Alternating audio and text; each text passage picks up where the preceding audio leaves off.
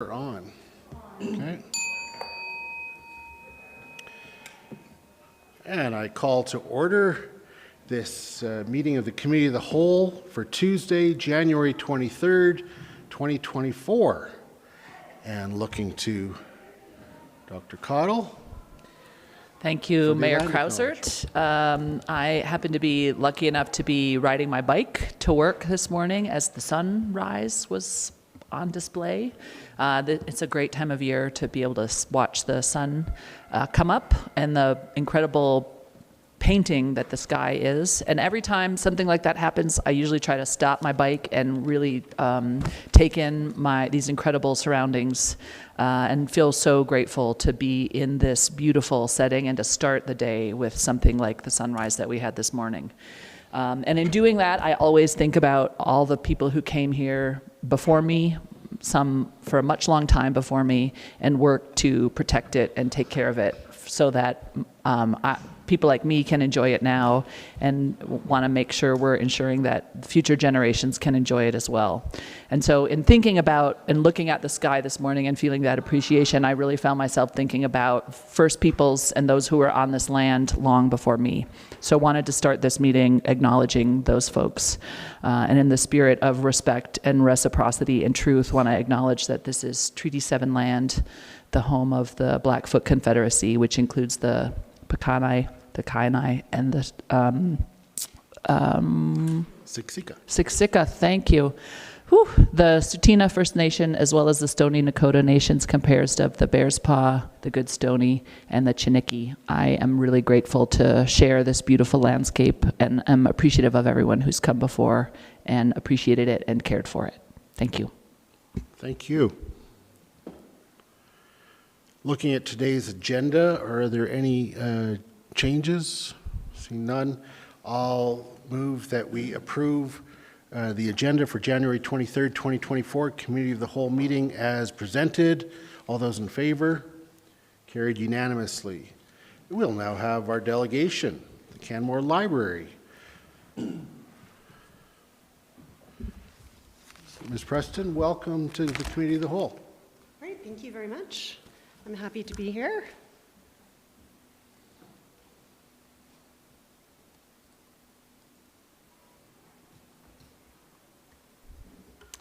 Mayor Krausert, members of council, thank you for your time this afternoon. Joining me today, I have a contingency from the board, so thank you for your support as well. Today, I'd like to provide a brief overview of the highlights from the library's new strategic plan of service, explain an update to the library board bylaws that came about due to the new plan, and share news about our recent Minister's Award. Books are just the tip of the iceberg at our library, and they are certainly a mainstay and a traditional part of what we offer, but there's so much more that we provide in terms of our services and programs. As a municipal service, addressing community needs is key. The library service has specific service goals and objectives that are guided by our strategic plan of service.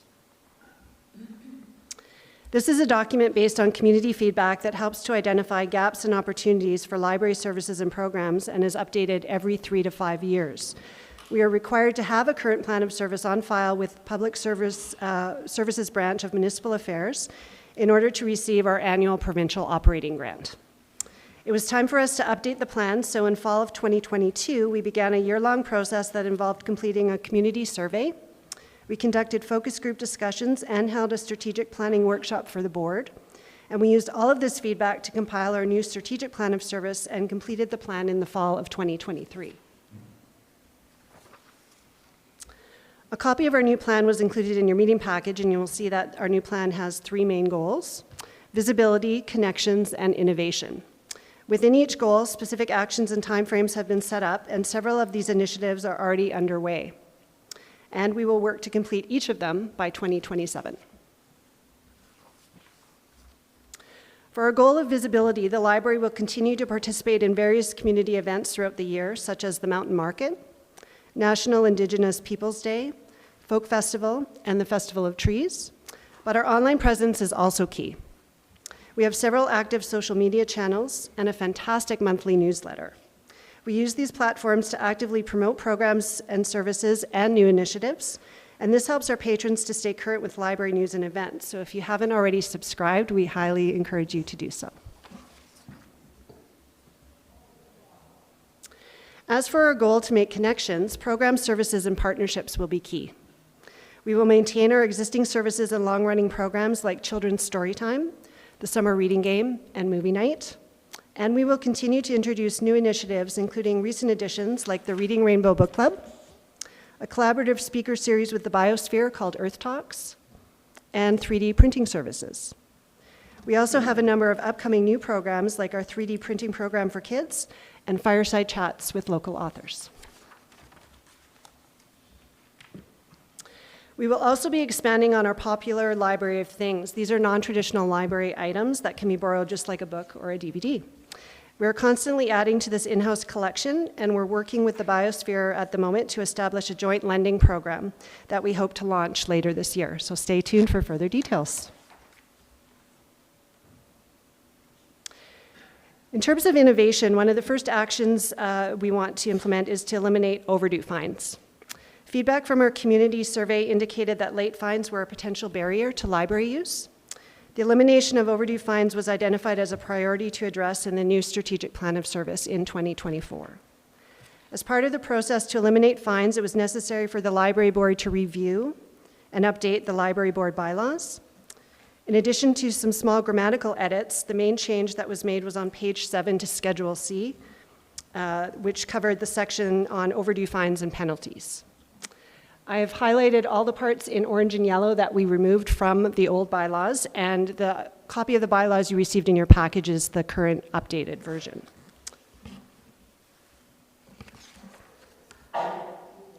Bless you. So why do we want to eliminate overdue fines now? In addition to the feedback from our community survey, the time seems right on several fronts. Many libraries have started to eliminate overdue fines. Studies have shown that fines are a barrier to service, and charging overdues doesn't mean that things will be brought back on time. We belong to the Marigold Library System, as you know, and amongst other Marigold libraries that were surveyed in 2022, 65% of member libraries did not charge overdue fines. So we would be aligning ourselves with the majority in the system. Our annual fine revenue has decreased since 2018. And last year, the provincial government updated population figures used when calculating our annual operating grant. So instead of using 2016 population, they're now using 2019. And this increase in provincial funding will offset any loss in revenue that we would get from overdue fines. As per the Libraries Act, to become official, any updates to the library bylaws need to be presented to Council for acceptance. So as the final step to officially eliminate overdue fines at the Canmore Library, we hope that Council will support and approve this change to the library bylaws.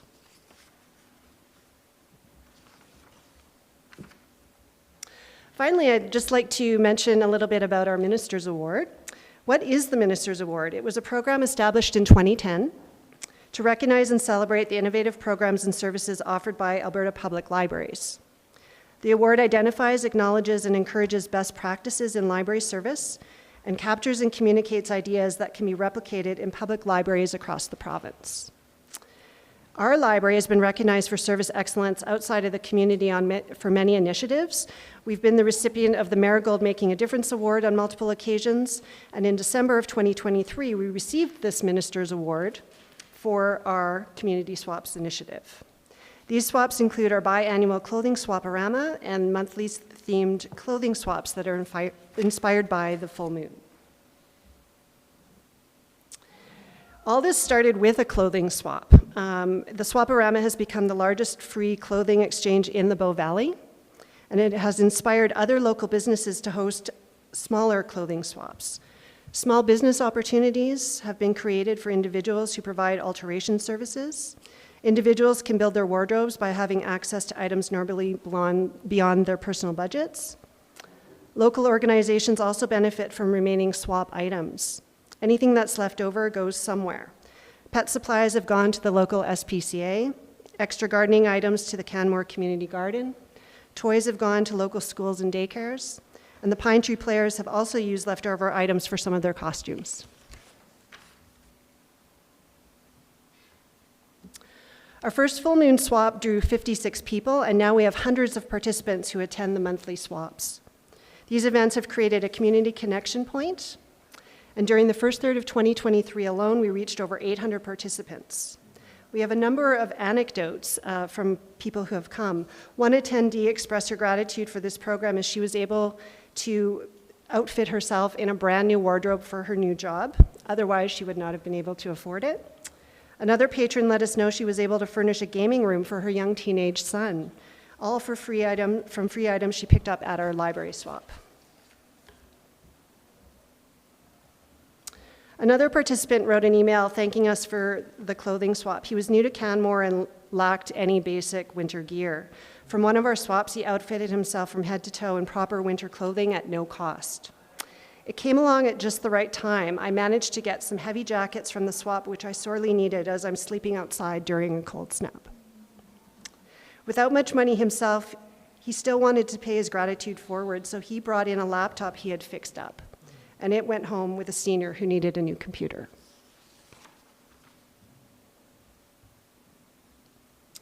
These examples show how our library swap has a significant and far-reaching impact in our community.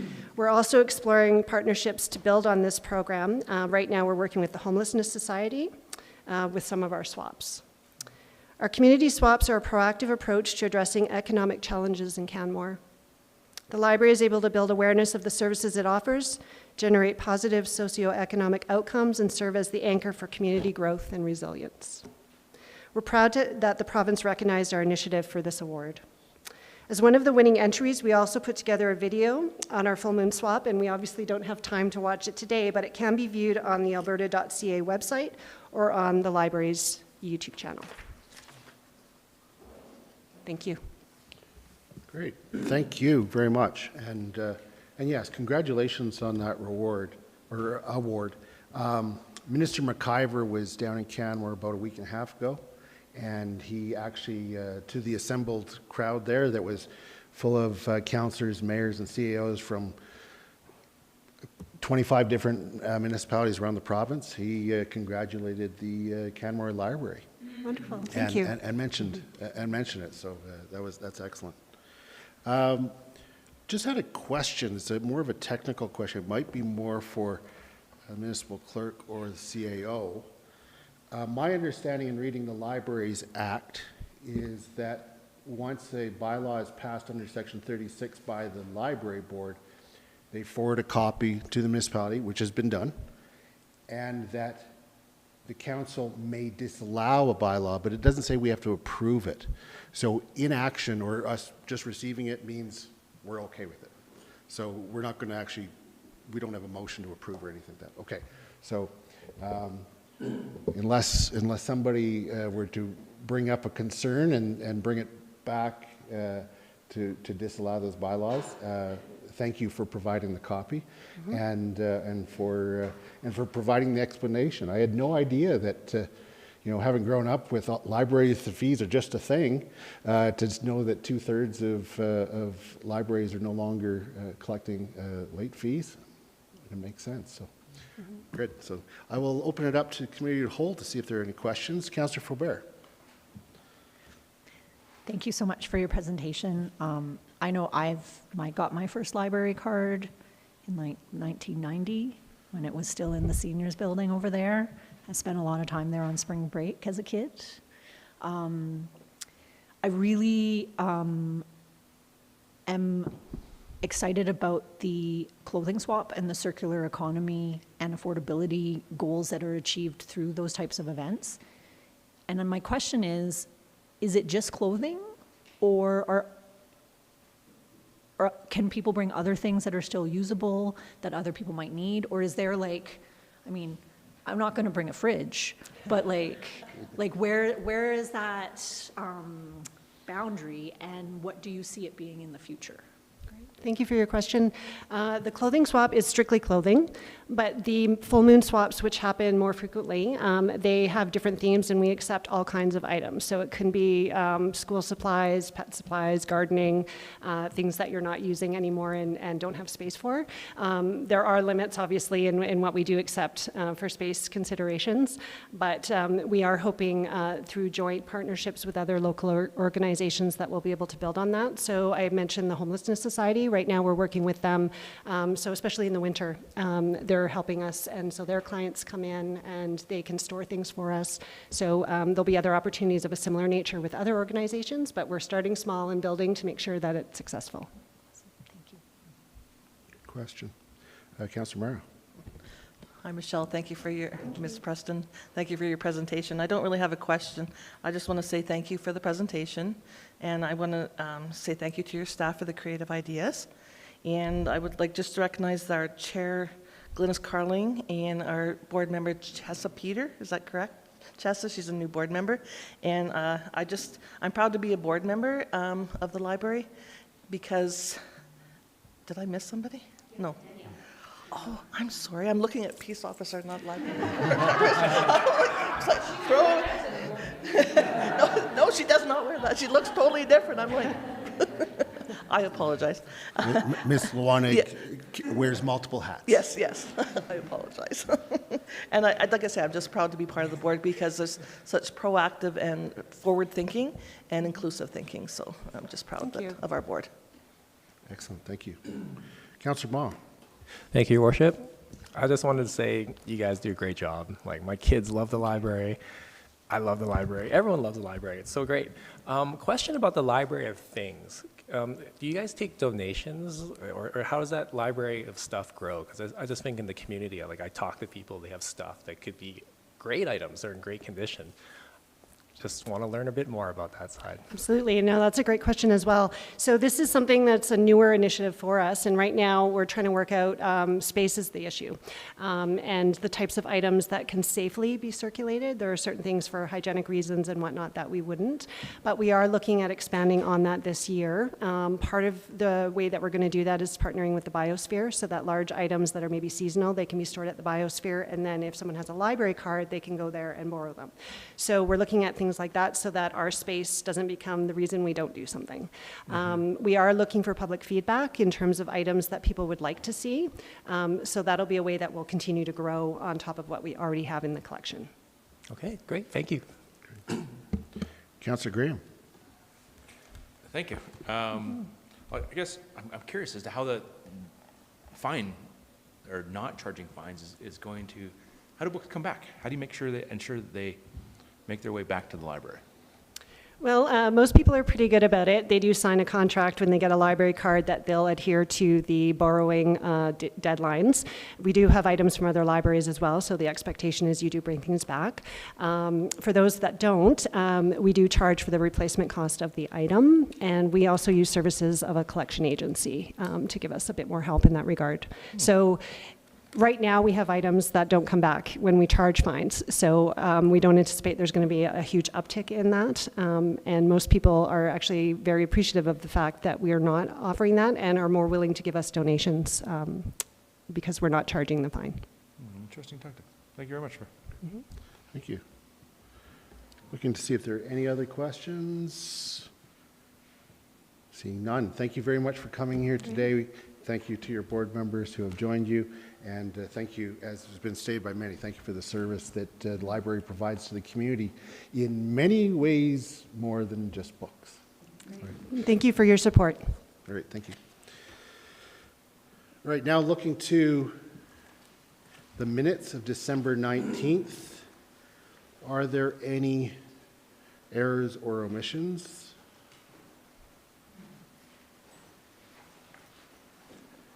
Seeing none, I will move approval of the minutes of December 19th, 2023, Committee of the Whole meeting as presented. All those in favor? Carried unanimously. We'll now move to staff reports. Item D1, Extreme Weather Response Plan. Ms. Miller, welcome to Committee of the Whole. Thank you. Thank you for having me. I am here today in my role as the Director of Emergency Management. And I'm joined by Ms. Jameson, the Manager of Community Social Development, who's also our Director of Emergency Social Services, and Ms. Cleric, the Executive Director of the Homelessness Society of the Bow Valley, and both will be available for questions after the presentation.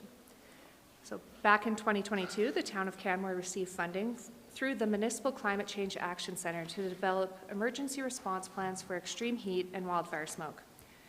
With climate change increasing the variability and frequency in which extreme weather events have been occurring, the Finance Committee directed administration to include funds in the 23-24 budget to create emergency response plans for unsheltered individuals.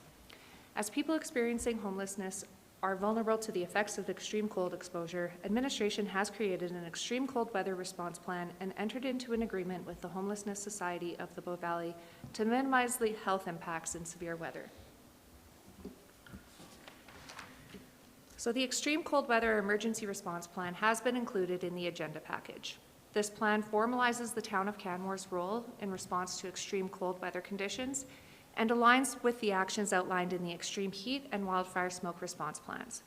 The Extreme Cold Weather Response Plan creates a transparent process for decision-making and comes into effect when an extreme cold warning is issued by Environment and Climate Change Canada. Using this indicator as a basis of when to initiate the response sets a clear and transparent space on when the town of Canmore initiates its emergency response. It only takes 1 day of the extreme cold warning to be in effect before this plan is put into effect. The plan also outlines that the town will work with community groups to provide an effective response. Using the existing supports in the community is an important part of this plan to ensure there's no duplication of efforts and resources are being put towards established systems. One of the first things that this plan does is establish who is vulnerable to extreme cold weather. Children and elderly are both vulnerable to extreme cold and may not recognize the signs and symptoms of cold-related illnesses. Individuals with chronic health and mobility issues may also not notice the effects of cold-related illnesses.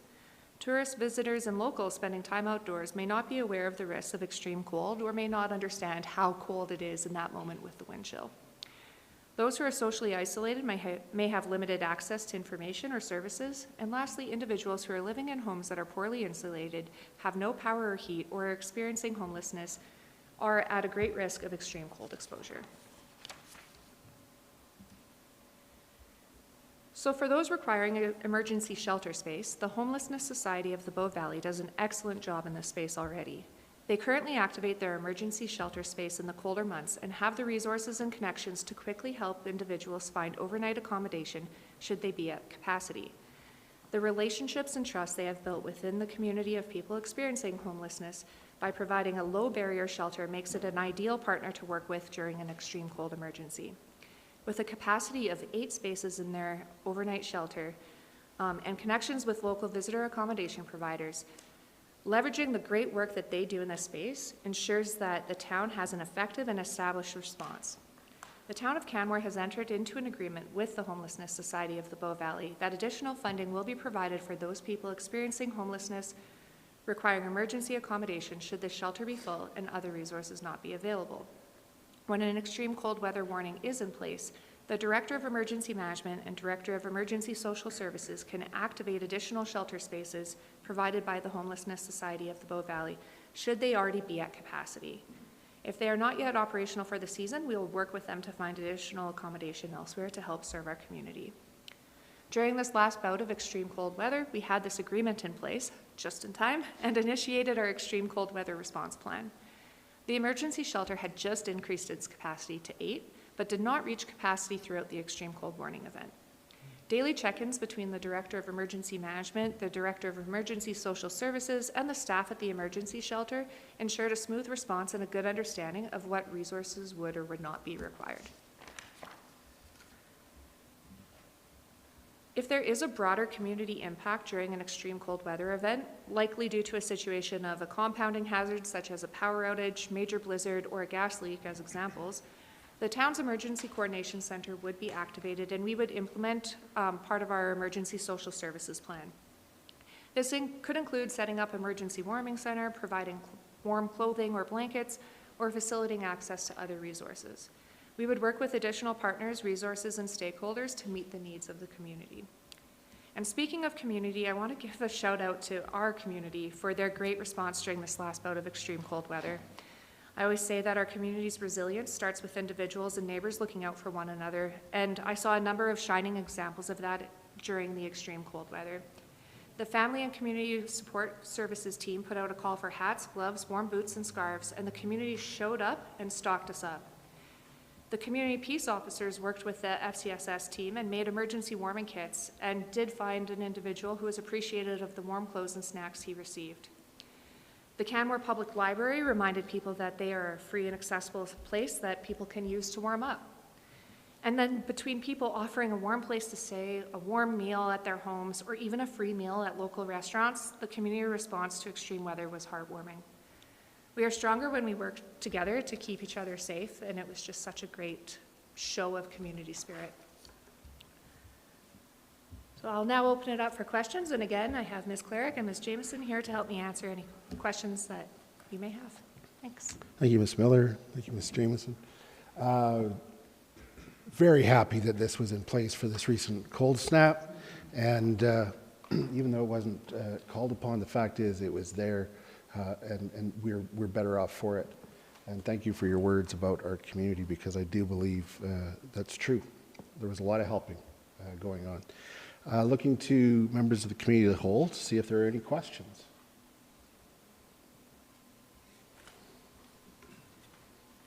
Councillor Graham, did you? Sorry, yes, please.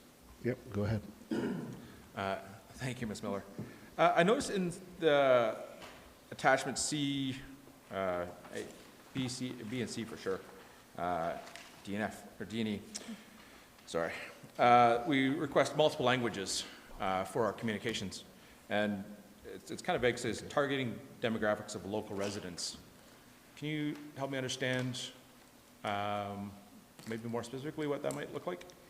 Yeah, so we're starting with some of our public communications to target different languages, especially ones that we are seeing in town, spoken in town. So our Town of Canmore website's a really good example of that, where you're actually able to use a translate function on the website, and it can translate into a number of different languages. So if we're starting to put public messaging out on the website, that's an easy feature that we already have embedded in our communication tool. So that would be the type of thing we're looking at, is to make sure that the public information that we're sending out is reaching the people that it needs to reach in a way that they can absorb it. Mm-hmm. Do those technologies handle in local indigenous languages? That's a really good question that I do not have I don't know either. answer to. And I can get back to you, Yeah, I'm or just someone curious. from administration can. That's obviously a demographic that it would be well served by this, and if that technology was available, great, and if it's not, how do we address that? Yeah, certainly. Thank you. Okay, anyone else with questions? Seeing none, thank you very much Thank for you. the work that all of you do, and for doing this, putting this in place. Moving to the next staff report, it's on the Affordable Services Program update.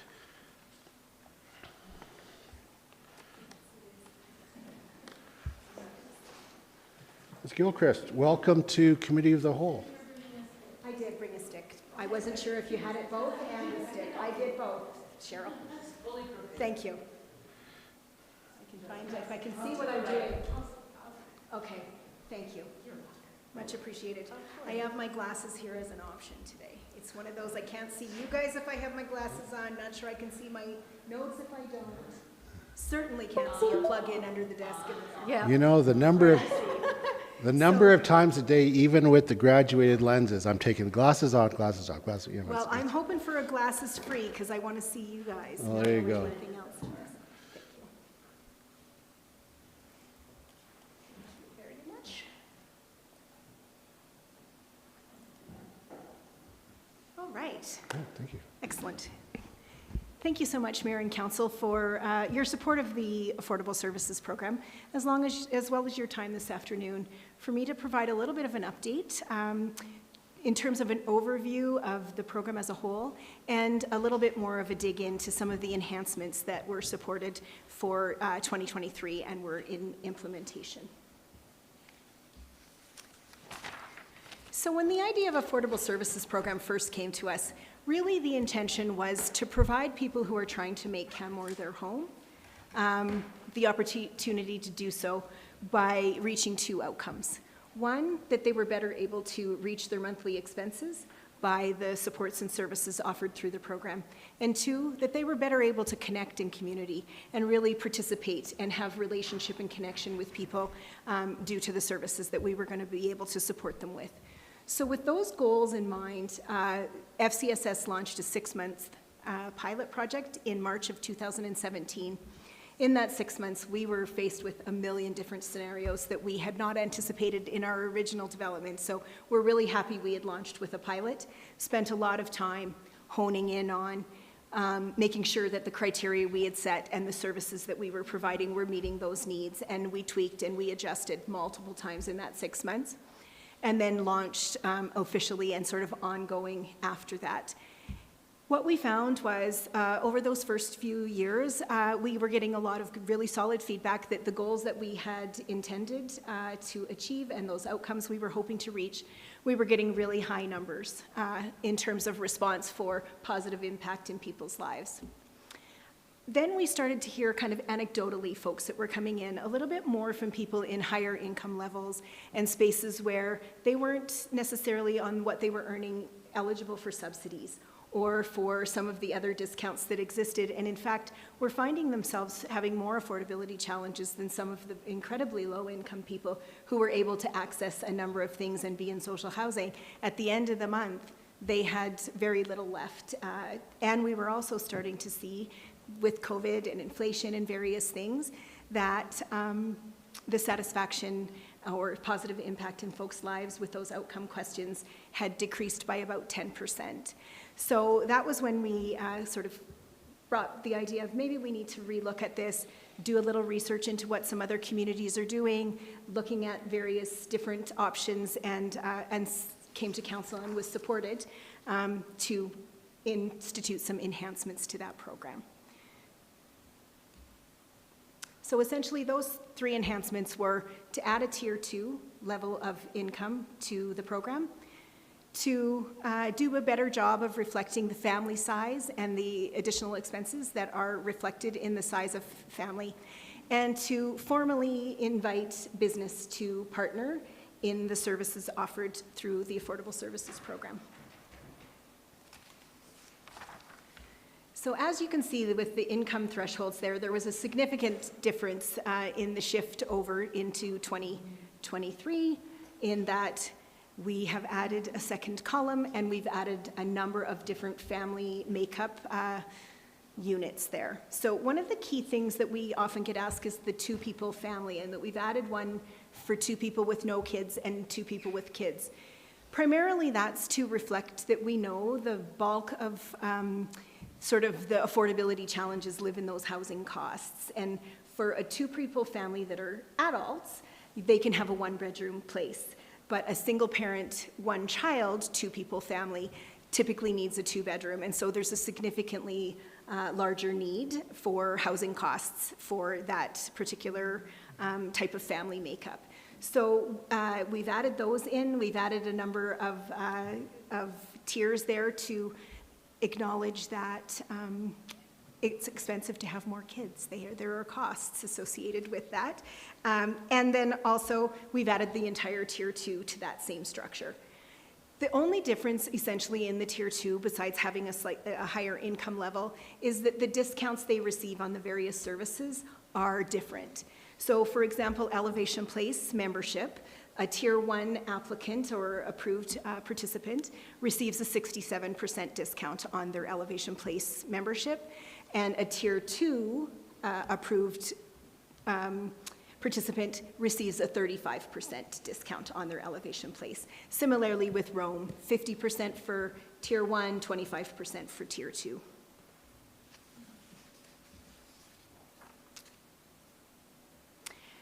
So some of the impacts of the income enhancement, threshold enhancements was, we had a bit of a slow uptick. The income changes launched May 1st, and we really didn't start to see a lot of uptick until the fall. So it took a little bit longer than we expected in terms of word getting out there. Our colleagues at Customer Experience at Elevation Place sharing the word there when people were coming to join as members. Going out in school newsletters in the fall was a place we saw a bit of an increased uptick. But these numbers are effective as of November 15th, which was when I originally was doing the briefing, and so I didn't want to confuse you with different numbers here than was in the briefing. But at that point, we had 60 Tier 2 approved applicants representing 112 people. We also had 10 additional families that were able to qualify for the Tier 1 because of the increased family size considerations, and 6 additional families into Tier 2 because of those increased family size considerations.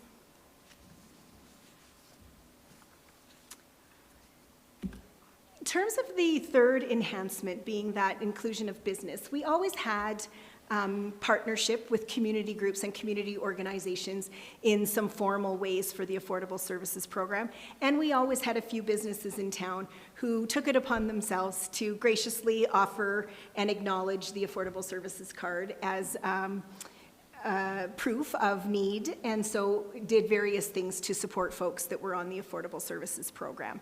It was in July, and with these enhancements, that we formally invited the business community to identify a discount or an offer that they'd like to share with Affordable Services, and to let us know what that is. We post that on the website. We share that through the newsletter, and then provide people with a decal on their door so that they can be identified.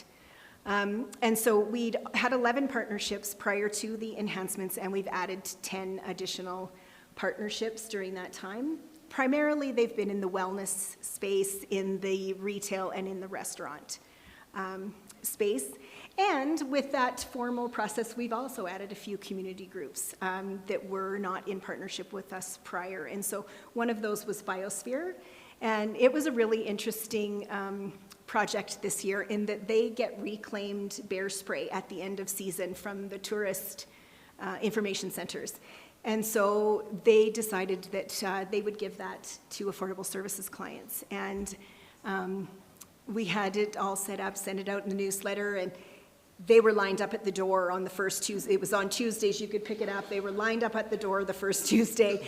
And by noon, the Biosphere had not only given out a ton of bear spray, they had connected an Arabic gentleman and a Japanese woman with YouTube videos so that they could learn how to do them in their first language, so that they were for sure able to use it appropriately and to feel confident and comfortable with the use of their bear spray.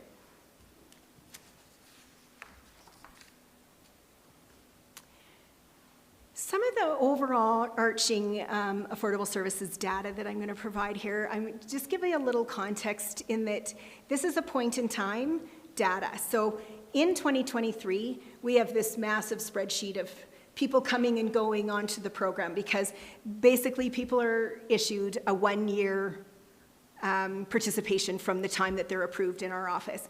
So sometimes if you're a month late, if you're this, we get this expired, but they're not gone off the spreadsheet. So the best way to get data really is to understand on one particular day, here's who's on the program. So this is November 15th, 2023. We had 517 approved applications, people participating on the program that represented 865 people. That included 73 dual parent families and 61 single parent families, as well as 383 either individuals or couples.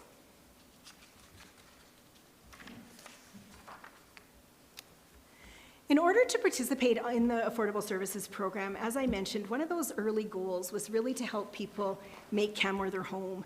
And so people are not eligible for the program until they've been here at least 3 months.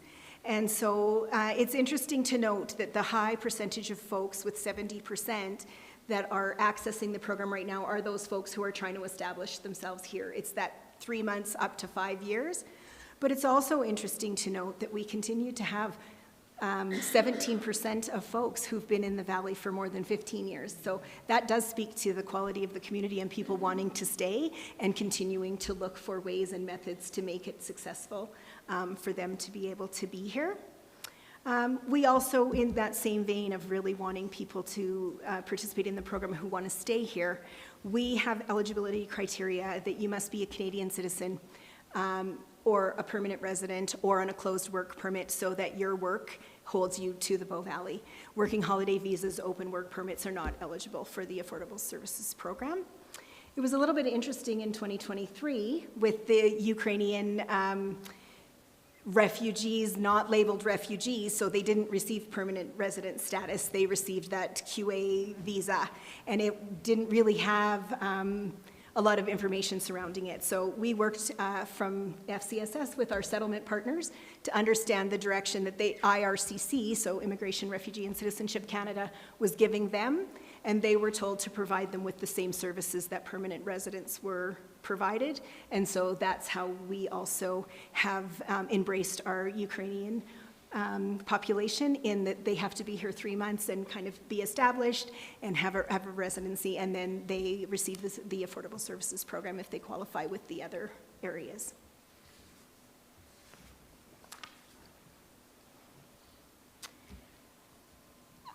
Over the years, we have found different ways of trying to collect data on what people utilize. We're back to our original 2018 method as of the fall of 2023, which essentially, when people come in to renew, we are asking them to complete a survey of what they accessed in the previous year from the services of the affordable services, as well as the other services that we recommend when they're onboarded. During that time, we also ask them those outcome questions, and we ask them if there's additional services that they would like to see be part of the Affordable Services Program. Those are the things that will be sort of addressed in these next few slides. This is not an exhaustive list of services here. These are the top self-reported utilization. So 97% at Elevation Place membership. That isn't surprising. That is a great way for people to participate in community and to stay connected and fit. It was interesting, when we were talking about adding this tier 2, we wondered if, was this going to take people from being full paying members into a discounted membership, or were we going to be opening up a really great community opportunity for people who couldn't afford to be a member at all? So Elevation Place customer experience did track that in the first 6 months of the launch of tier 2. They had 40 tier 2 memberships, 29 of which were brand new to the facility, and people were able to take advantage of that great service. And 11 went from being full paying members to having the 35% discount. So in the end, not only did we actually get a number of new community members being able to take advantage of that fabulous facility, we also actually have a revenue generation as a result of tier 2 at Elevation Place.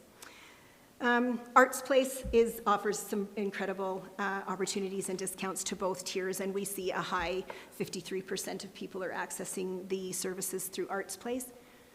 47% indicated roam.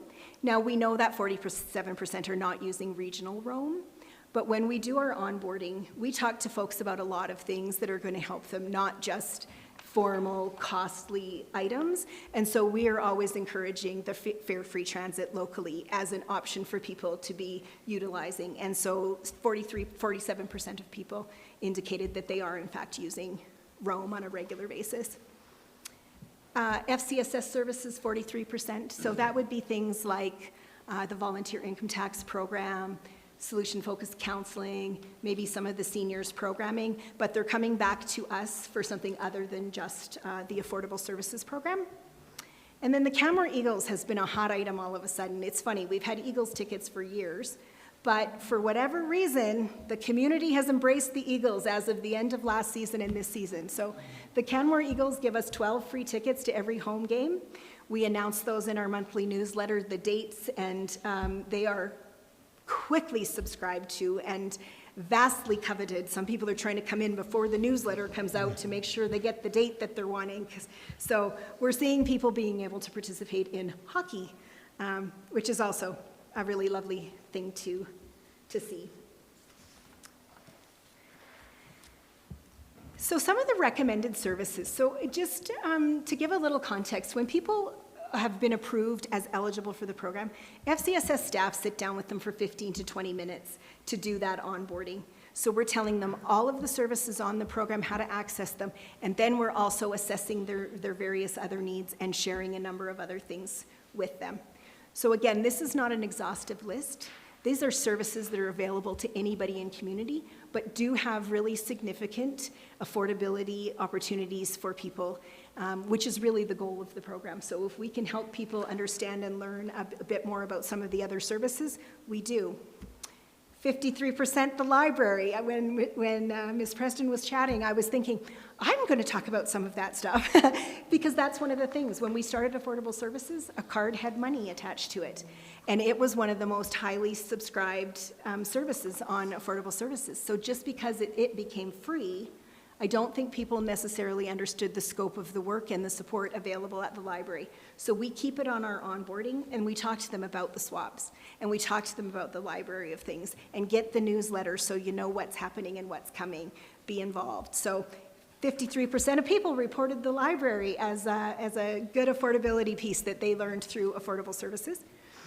We also talked to them about food resources, recognizing that the more we can divert finances away from food and allows them more for those high housing costs. 2 of them made the top list here, the Food Recovery Barn, the Ecological Project, also with the side of affordability outcomes, and of course Food and Friends, and it hits both of those outcomes of community connection, socialization, and the opportunity for a free or low-cost meal for folks, and 30% of Affordable Services are indicating that they're utilizing that. Kids Sport is also generously acknowledges the Affordable Services card as proof of need, and so they can simply apply and be guaranteed that as long as the sport is eligible, the family is eligible. And then the last is 27% at the Job Resource Center. And I think what we're finding there is that a lot of people see the Job Resource Center as a job board, and it is a job board, and it's good at that. But they also have all of the staff accommodation attached to jobs is in their scope. They also have career counselors and people who, if we have folks that are underemployed or have come out here post their education and accidentally stayed 8 years, and maybe their education isn't as relevant as it had been. Like, nobody here did that? Yeah, and how to just, look at how you can maybe enhance or utilize some of your education or do some career counseling. So there's a lot of services attached to the Job Resource Center that can really support people beyond the job board.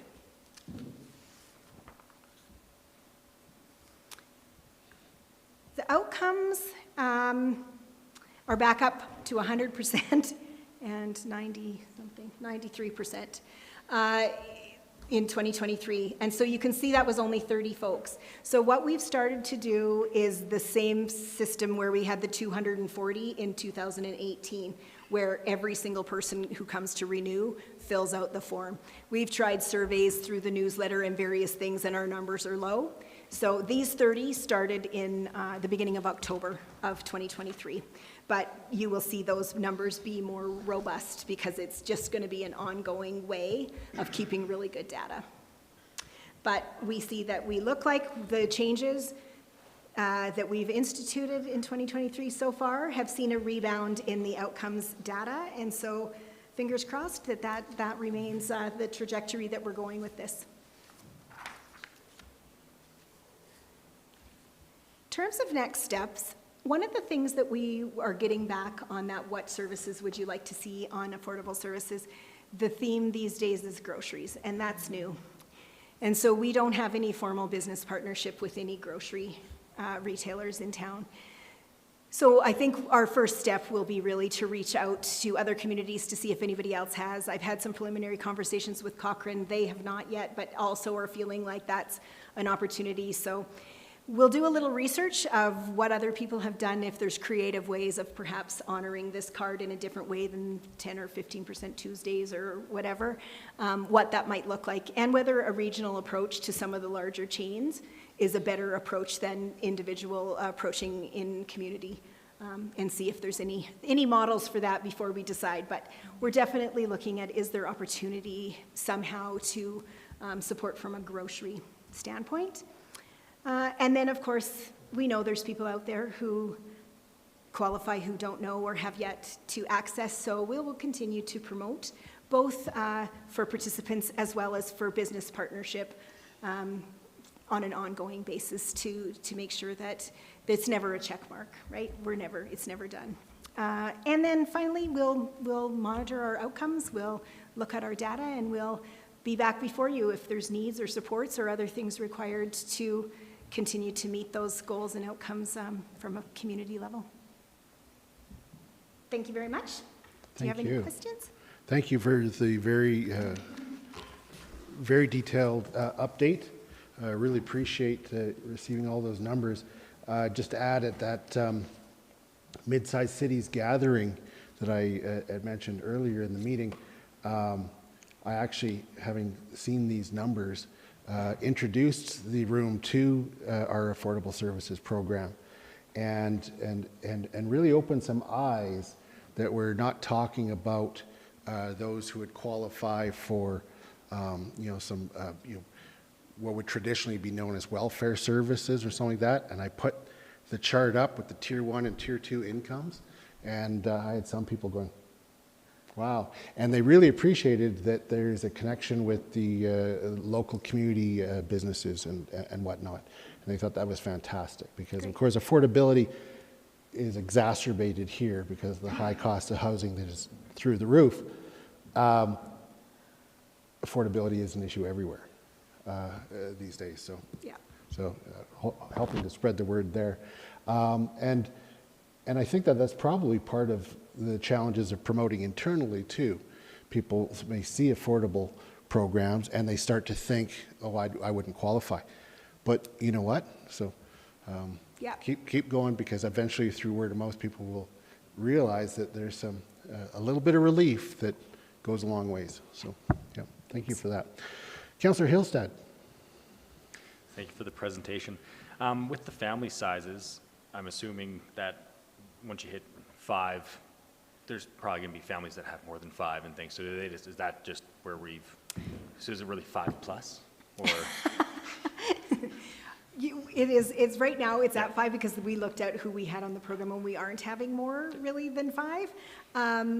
That being said, essentially, I think we're about $5,000, not quite, but in that vicinity per person is what those numbers look like.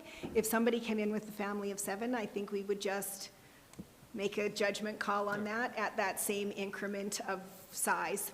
Sure. Thank you. Yeah. Great. Councillor Graham. Thank you very much, Your Worship. Thank you. Some quick math. The number of people, 865, is about 5.4% of our population. We had a presentation a little while back about the number of people close to homelessness. And I believe the number is significantly higher than that. I guess what I'm asking is, how much room for growth in this program do we think there is, and how do we get that uptake? I don't know. So just one thing I would add, because I noticed that I had asked a question when we received about the homeless or the homeless insecurity. That was 3,999 individuals throughout the Bow Valley. Correct. And so how much is a Canmore component? And they were going to try to look into that, see if you could assess out the numbers. So it's tough to tell what the divide Well, and might that be. is sussing out the numbers, even to try and set appropriate income levels. We looked at probably 8 different metrics to try and decide where is it that we're seeing based on housing costs, based on the core needs income threshold, and all of these different numbers. And we highly weighted that core needs income threshold, which is a housing number for Canmore with the 2021 census data when we were looking at putting these income thresholds together. So I'm not sure how that numbers marries with this one necessarily, but I think there's always room for us to continue to watch, monitor, and look and understand what kind of continued challenges there are at all kinds of income levels. Because I don't think we're done. I don't think we're there yet. That the top level of tier 2 means everybody who earns more than that has no affordability challenges, I think would be naive of us to imagine.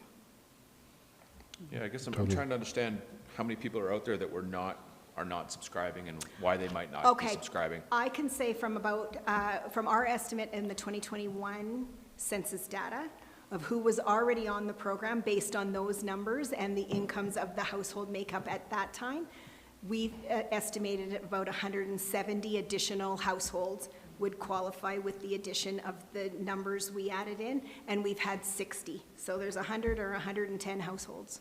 Okay, That's that's good to know. And then if I might, one more. Yeah, go ahead. The private sector and their role in this challenge of the towns. What can we do to help encourage private sector to step forward and be part of the solutions? I'm wondering if maybe an in-person conversation and presentation at some of the business sector places would be valuable. I've not approached that concept. I've sent it via newsletter and communication that way, but I think maybe there's opportunity there to talk about that and what are the challenges for them in terms of offering and what does that look like in partnership and how could we perhaps work better or differently together with this program. So sort of like either a downtown business association or Rotary. Chamber or Rotary. Rotary might be a good one because they always look for speakers. The downtown business doesn't get together except for their AGMs usually, that sort of thing. Yeah. Chamber. Yeah, the chamber, yeah. Yeah. And it does get sent out through chamber newsletter, yeah. Yeah, I think awareness in the community that these programs are here and that they're accessible is beneficial. And I think I'd like to see I more of agree. the private sector stepping up, and I congratulate those that already are.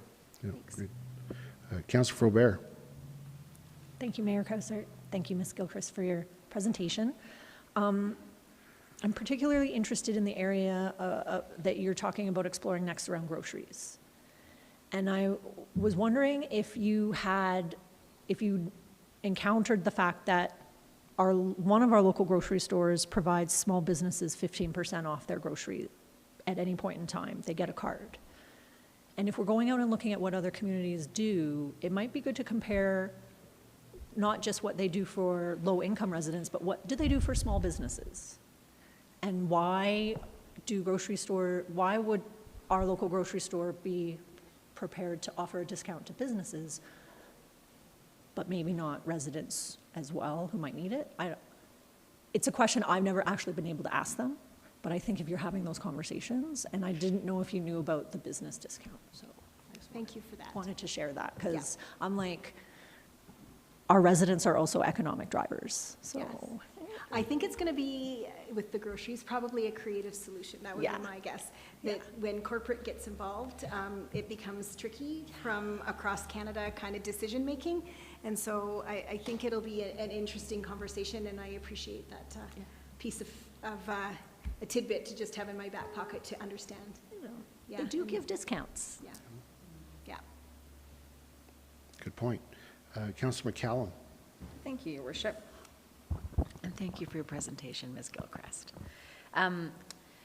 It's interesting and been enjoyable to watch the Affordable Services Program grow and change and morph over the last 7 years, which was really sort of Mayor Krausert's, when he was Councillor Krausert's, kind of like, why can't we have a club? How can we do this? 2016? And me pulling an article out of the CBC stating that completing income tax or not completing income tax was having a huge impact on families. And then their ability to access supports and services through their own governments. So I guess I'm curious, at one point we just did seniors in terms of their income tax. Right.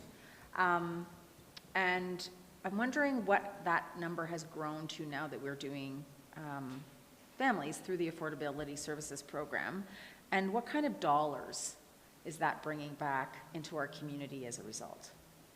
And I know you know this. Because I don't ask questions that I or you don't know the answer to, as you know. I do know this. Yeah. And this year, we plan on including income up to as high as the Tier 2 income Perfect. as well. So yes, it hasn't been seniors for a number of years.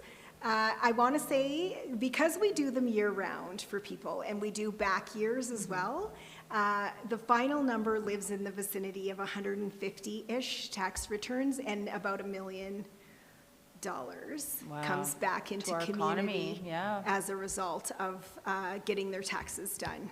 So we have 8 volunteers on for the March 1st launch and some workshops also, because capacity build is another thing we want to do. So if we can teach people to do their own simple returns, that is also an incredibly valuable situation. And so one of the program coordinators is working, because the library did one last year, and settlement services did one last year, and FCSS did one last year, and they all had 3 people kind of thing. So maybe we should combine and do one for community together. So I think we will see one kind of workshop to build capacity, and then we will launch, and we should see higher numbers because we've upped the income threshold of who can qualify to have their taxes done by volunteers. My first job as an adult in Hamilton was working for a minister in my riding who hired me to do income tax returns for low-income people in the riding, which was a grind, but it got done. And the other thing I was going to say in terms of promotion, I'm hoping that with members of the press here that you won't have any problem promoting this very important initiative through the town of Canmore. Thank you. So there are more questions for you, but first I have a question. Can you point to the window that is shining the light right on you? Is it The last is one. it the far left? Yeah. Okay, would somebody mind? Thank you, Cheryl. Am I making funny faces at you? No, it's just. Okay, then we'll get both of them. Oh, perfect. Yeah. No use being under the hot lights. Okay. Dr. Cottle, I see you're in my list here. You're okay? Okay. I think you're probably going to have to go to the next one. Are you all right? Okay. You're good? Okay. Councillor Ma.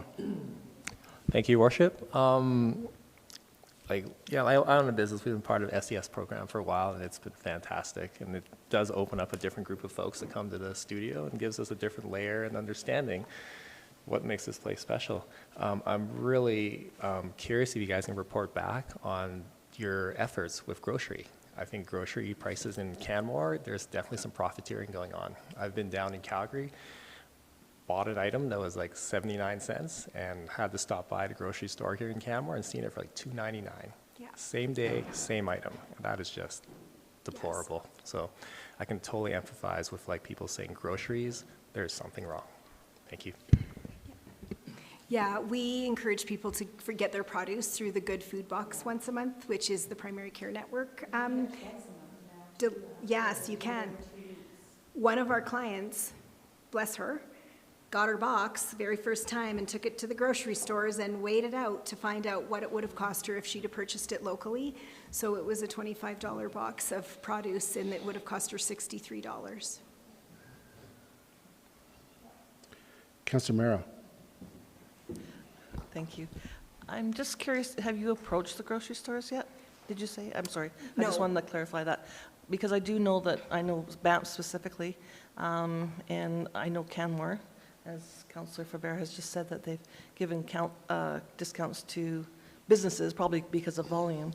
But I know that I shouldn't say I know, but I do know that they've worked with different associations. So I'm thinking that they will be open to it. It's just that they have to be approached. Yeah. Because there's several programs that they do support. Yeah, there's no doubt. Yeah. We want to come in with a little bit of research and understanding about what we're asking for, what's worked in other places, what hasn't, what might be a viable ask, or even just a conversation. Having a little bit in my back pocket before. I know they've offered that discount as well to Food and Friends. Yeah, Yeah. yeah. Thank you. Excellent. Good point. Looking to see if there are any other questions.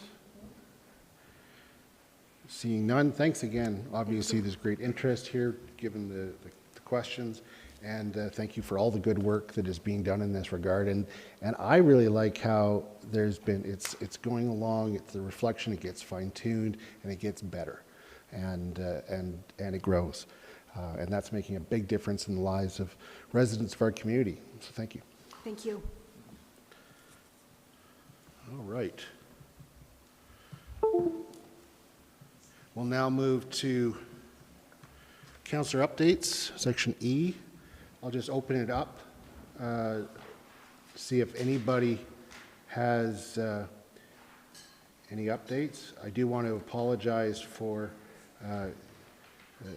Councillor Faubert and I pointing the finger at the other. I wasn't able to make the last meeting, and I would normally provide the report. And so Councillor Faubert did as she normally would, and I forgot to let her know. So I believe that the one major item at the Transit Commission is actually was put off to a later date. So more to come on that. Councillor Faubert, did you have anything you wanted to add on the transit side? No, but I did want to ask whether you wanted me to submit something to go in to the report. You know what? We can capture that at the next CAL. Okay, perfect. Yeah, Right. the major item was postponed. Yeah. So it will be a fulsome report next month. Great. Excellent. Thank you. So opening it up to any questions on councillor updates.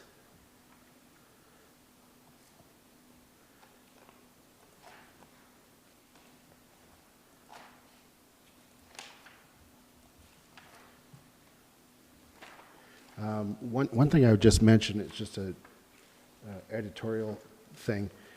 For some reason, sometimes the numbering gets off on the councillor updates when they like restart. So it goes 1, 2, 3, and then back to 2 or something like that. So just, I've meant to mention that before. Yeah, that's exactly what happens with the cut and paste, because we're all contributing to the one document from separate documents. Yeah. Okay. Okay, Councillor Faubert, did you have any further? No, that's right. No, okay. All right, then we will move to administrative updates. Section F. You know, a question actually occurred to me, and it's not particular to any particular section, but when the library was talking about 2019 numbers being used by the province, that sparked for me that LGFF, when we had that presentation from Alberta municipalities that was online, they also noted that the 2019 were the numbers being used for their population numbers. Which makes me wonder if we're prematurely paying for RCMP costs.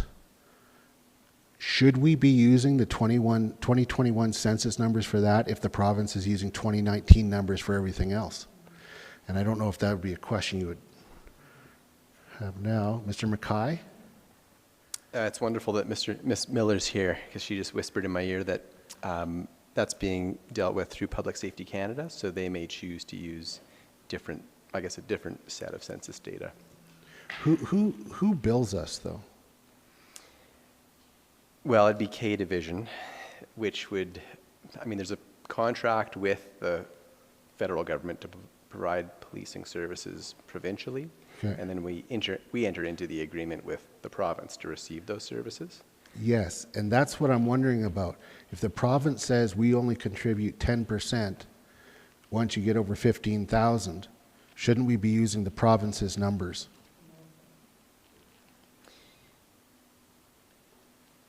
I mean, yeah, Dr. Cottle. So the province, we're talking about two different arms of the province. The part of the province that creates LGFF is one division, or whatever they call them, of the province, and the province that oversees the policing contracts with the RCMP and the federal government are a different branch. So they use separate data points. The province is not like the town in that it's all one thing. So the arm that does, Public Service Canada? Safety Canada, thank you. They've been clear for a long time that it's based on the most recent census. Why Municipal Affairs is using 2019 for LGFF is a completely different matter that we could lobby the province for, but the communication with Public Safety Canada and the province for years has been clear about the 2021 census being the trigger. So there's an inconsistency that you're pointing out, yeah, but we're unable to solve that at this table. I think the advocacy would be better suited to Municipal Affairs and making sure they're using a higher population in terms of calculating what we're getting for LGFF. Well, exactly. I'm really pointing out an inconsistency. I use the RCMP number as an example, but the library, if they had been using 2021 numbers, would get even more. We're going to be short under LGFF, just like most municipalities, but those who are fastest growing are going to be hurt more, and then we're the ones that need it most, right? And so those sorts of inconsistency, you're right, it is a matter of advocacy. So if it has been clear that it's been 2021, I think that then there also then should be a push, and probably both within administrative arms and political arms, to encourage the government to be consistent in their approach. Hit the button. Yeah, thank you. The administration actually has a call coming up with Alberta municipalities, along with the towns of Banff and Jasper, to look at how heavy tourism communities are impacted by LGFF. So it's an opportunity for us to do that kind of advocacy with Alberta municipalities. Yeah, and when I first heard through the calls with Alberta municipalities that there were only 3 municipalities that under the new formula went down, and they were Canmore, Banff, and Jasper. It goes, originally I thought, well, maybe it was about kilometers of road, but I actually think it's about how they deal with shadow populations. I think that that's probably the key. And so we're going to have to figure that out, because these communities that are in most need of infrastructure support because of the numbers that we host and make money for the province are the ones that are being, now we've been assured that our amount won't go down for 2024, and because of projected revenue amounts in 2025, they're expected to go higher, but still we're not getting the benefit of that shadow population that we are hosting, and we need to advocate about that at multiple levels. Councillor McCallum, you have a question. About moving into the new fire hall. I have had some questions from the public as to, I made the mistake of bragging about our new fire hall last year in December, and now people want to take a tour. When can they do that? Are we planning anything like that? Anything public? We haven't identified a date for a tour, but certainly I know Canmore Fire Rescue is excited to welcome the public and allow the community to see their new facility. Yes. There is a thought to perhaps wait till the weather's just a little bit warmer, so that we can have open doors and whatnot. As well as, after you move in, there's lots of things to put away and nesting, if you will. Mm-hmm. So certainly the fire staff are looking to polish up the facility and be fully moved in before offering a tour, but it's certainly in the works. I'm just trying to visualize nesting firefighters. I'm sorry. I remember what I was like when I was nesting, and it didn't look anything like that. But thank you. And I also know that the fire hall in general has always been fairly open to the public. It's sort of this like 1 foot inside and outside of the public realm. So I will pass that on. Thank you so much. Especially when there's pancakes. Right? Yes. Yes. Right. Thank you, Mr. Mackay. So opening it up to council for any questions about any element of the administrative update. Councillor Graham. Thank you, Your Worship. I know there's been some behind-the-scenes talk on this one, but because of the timing of this one, I wanted to ask it in public. And protective services, over the holidays, there was reports of so-called rogue fireworks. And I was wondering if you could get a little bit of an update on that one. Was there any action taken on those fireworks whatsoever?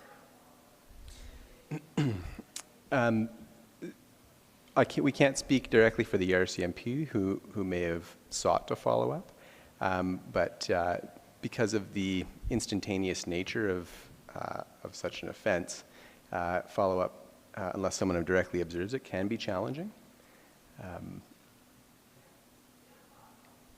You want to add anything? I myself saw some rogue fireworks and then struggled on, like, who do I call? 'cause I'm well connected. And I was like, it's not like a real big emergency yet. So it led to some questions operationally about how to address them and how to schedule staff to be able to address them. And unless you see it happening directly and you see the people doing it, like I was like, do I run outside and run down the block to the ERS parking lot where I know they are because I can hear them from my house? So yeah, it was pretty frustrating. But I get how it's frustrating for the community when you see those rogue fireworks, and it's hard to know who to call and what to do. So we're looking at what we can do different operationally on those holidays that we expect fireworks, to see if we can catch someone. I look forward to furthering that conversation. Thank you. Yeah, my daughter was on the lower Cougar Creek pedestrian bridge watching the fireworks, the sanctioned ones, and she indicated there were fireworks coming out from the Lady McDonald area, from the Cougar Creek area, and also somewhere guessing down around the high school area, but tough to pinpoint.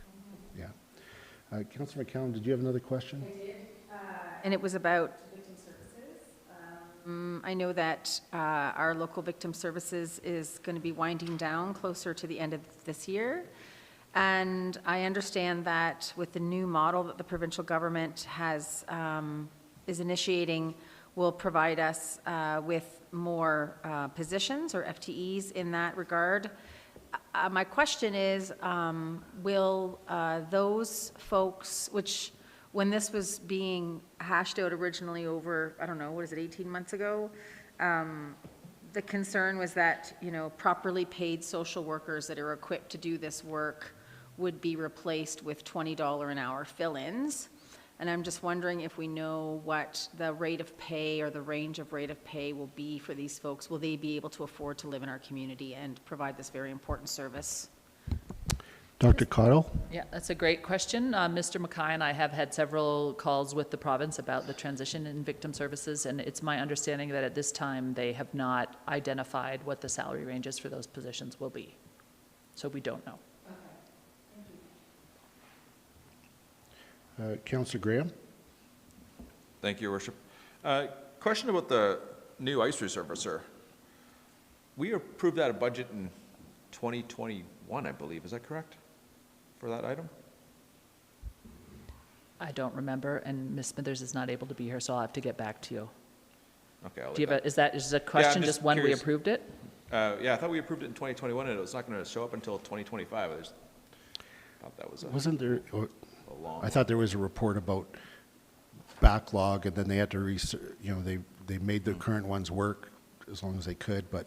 I don't remember, but I'll get an update. Don't recall. Yeah, okay. Thank you. Yep. Okay, great. Do you have one more? Yeah, go for it. The utility issues up in Eagle Terrace. We state that we're suspecting it's some commercial entities causing that problem. I guess, why do we suspect that, and have we done anything to address that?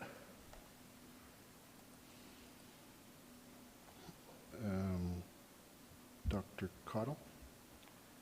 I'm sorry, I know you're a little short on. Yeah, no, that's okay. So and I'll do my best to answer the question, and some of it'll probably have to be a follow-up. But usually, I do know with EPCOR, usually whenever there's grease, if it's a significant load of grease, it's just more than a household can do. So usually anytime we have an issue with grease like that, it is related to a restaurant, just based sheerly on volume.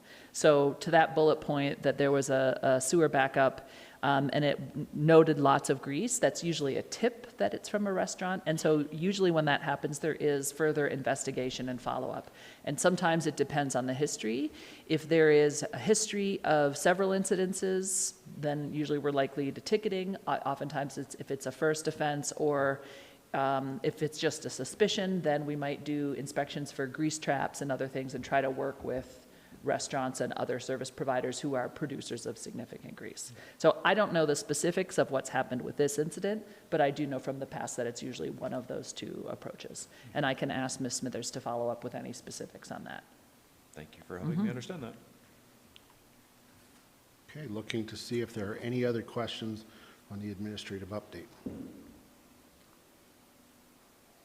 Seeing none, With the council resolution action list, I know in reviewing it, a few of us noted a couple of areas just regarding the year of some of the motions, and that's been brought to Ms. Kirk's attention and it's been rectified. So thank you for that, Ms. Hyde. Anything else on the resolution action list? Okay, seeing none. Anything arising from the correspondence? All right, so then that leaves the in-camera item. There's not going to be any decisions made, and so what we're going to do is once we go in camera, we will be discontinuing the streaming for today's meeting. So we're going to take a break right now and actually discontinue, or actually, do we need to make the in-camera? Okay, and in that case, I will move that we go in camera so the council can take the meeting in camera to prevent disclosure of personal information in accordance with section 17 sub 4 sub G, the Freedom of Information and Protection of Privacy Act. All those in favor?